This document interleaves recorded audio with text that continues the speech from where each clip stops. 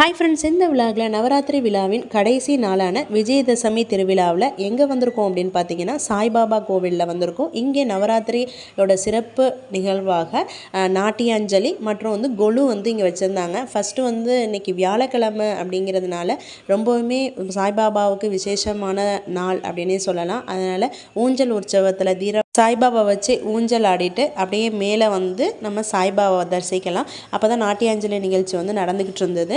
பலவிதமான நடன அமைப்பிலிருந்து இந்த நாட்டியாஞ்சலி நடத்துவாங்க வருஷந்தோறும். இது விஜயதசமி அப்படிங்கிறதுனால கடைசி நாள் திருவிழா அப்படிங்கிறதுனால ரொம்பவுமே சிறப்பாக இருந்தது.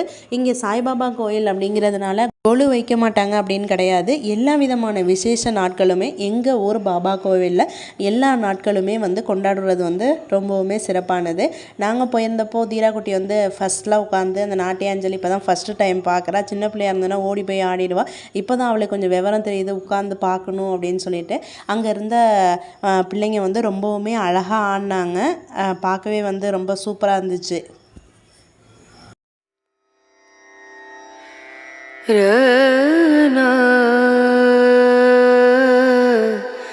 ரனா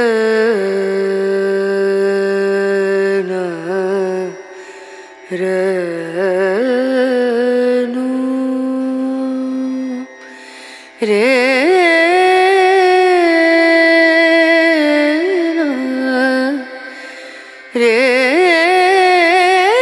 அடுத்தது சாய்பாபாவை தரிசனம் பண்ணிவிட்டு மீன் பார்க்க வந்துட்டோம்.